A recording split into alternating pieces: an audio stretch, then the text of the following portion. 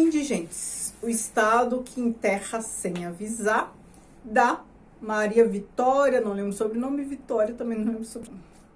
Olá pessoal, tudo bem? Eu sou a Carmen e hoje eu vou comentar um livro que eu li, é um livro emprestado, não tenho ele aqui, é um livro que eu comentei na leitura no Junho Cultural. Comentei, mostrei o livro até, perguntei se vocês queriam um vídeo a respeito, vocês falaram que sim, mas eu já devolvi o vídeo e o livro não tá aqui mais. É um livro assim, que me deixou bem impactada, bem impressionada. É um livro que a gente lê muito rapidamente porque a gente fica com aquela curiosidade de ler mais, entender mais e tal.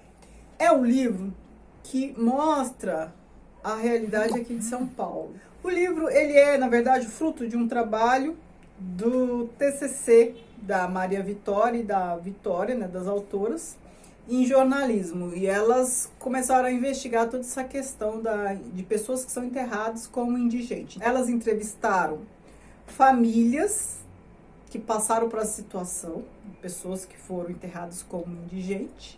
Elas procuraram saber, entrevistar, conversar com autoridades do serviço público para que explicassem melhor essa situação que eu vou resumir para vocês. O que acontece aqui no estado de São Paulo?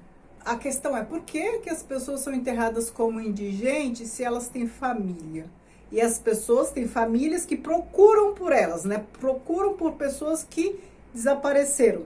Aqui em São Paulo a gente tem o Instituto Médico Legal, que eu imagino que outros lugares também tenham. Se não tem com este nome, deve ter algum instituto, algum lugar, alguma instituição com nome parecido.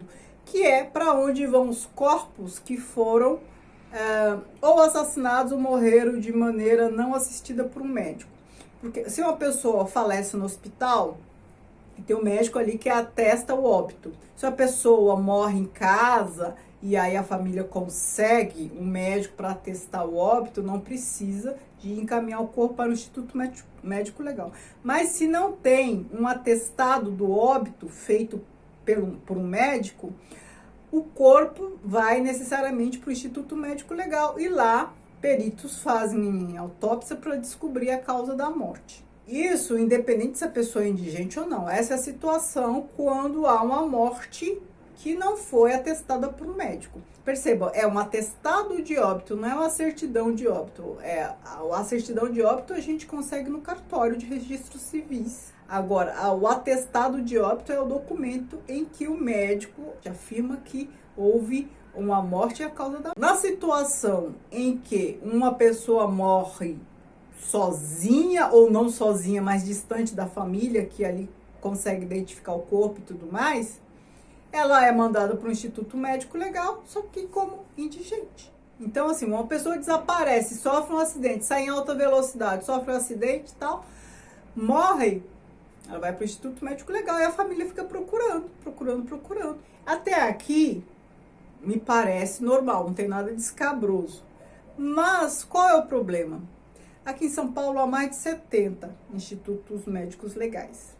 E eles não têm banco de dados unificados. Ou seja, não há cruzamento de informações entre esses bancos de dados. Então, uma pessoa que está procurando um parente, ela tem que percorrer os mais de 70, acho que 72 Instituto Médico Legal para saber se o parente está ali. Olha o segundo problema. Um corpo fica no Instituto Médico Legal aqui em São Paulo por 72 horas apenas. Depois ele é enterrado como indigente. Por que esse prazo? Porque eles não têm geladeira disponível, né, para refrigerar os corpos. Aí é enterrado como indigente. Então, assim, o médico lá faz autópsia, fotografa, tem lá os dados da pessoa, as características e tal. E aí, as pessoas que vão nos institutos médicos legais, nem sempre elas veem o corpo. Às vezes elas veem as fotos. Mesmo porque a pessoa pode estar procurando por alguém que já foi enterrado, já que fica ali só por 72 horas, né? Pode ter enterrado, já está procurando, descobre que a pessoa procurada, o desaparecido, foi enterrado por meio de fotos. Só que o que acontece? O problema dessa falta de cruzamento de dados faz com que as pessoas que estão procurando, as famílias que estão procurando por desaparecidos, tenham que perambular todos os IMLs. E nisso que perambula, né, faz todo o circuito, volta a perambular, já é o prazo de enterrar. Por mais que a família seja grande, se divida, né, em vários grupos por ano, percorrendo os institutos médicos legais, você pode ter percorrido um e o corpo chegar no dia seguinte, de modo que você tem que fazer todo o circuito, percorrer todos, depois voltar a percorrer todos, e aí há desencontro. Simplesmente por quê? Porque os bancos de dados não são unificados.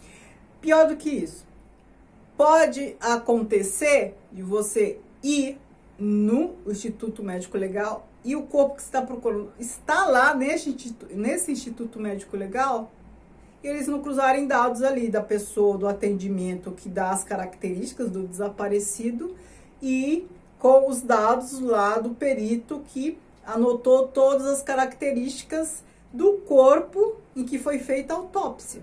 E aí a pessoa é enterrada como indigente 72 horas depois. Quando a família descobre que o corpo foi enterrado como indigente, é uma luta, porque ela não pode desenterrar. A lei impede que um corpo seja desenterrado antes de 3 anos. Enfim, a família tem que correr atrás de acertar a situação da certidão de óbito, isso depois que descobre que foi enterrado. E o corpo é enterrado assim, numa vala comum rasa. Não são obedecidas as métricas para enterro, né? Então, assim, a profundidade e tudo mais. É uma vala comum em que jogam os corpos em cemitérios. Tem cemitérios específicos para isso, de Perus, parece. Vila Formosa e Vila Alpina. E, se eu não me engano, foi no cemitério de Perus que foram enterrados os desaparecidos, os corpos, né? Os desaparecidos da ditadura. Muitos corpos foram enterrados lá. E aí, por meio da Comissão da Verdade, há pouco tempo, reviram isso, desenterraram, conseguiram identificar apenas uns 4 corpos. Como se isso não bastasse, a gente também tem, além do Instituto Médico Legal, a gente tem uma delegacia que procura por desaparecidos, procura sem procurar, sem achar nada. Então, é mais uma instituição nesse processo todo, onde as pessoas têm que procurar, têm que buscar, uma tal de DAS, que não é muito acessível, as coisas também não tem banco de dados unificados, quem vai lá tem que explorar por informação. Então, um outro espaço também que tem que ser considerado nesta busca de pessoas desaparecidas é o serviço de verificação de óbito.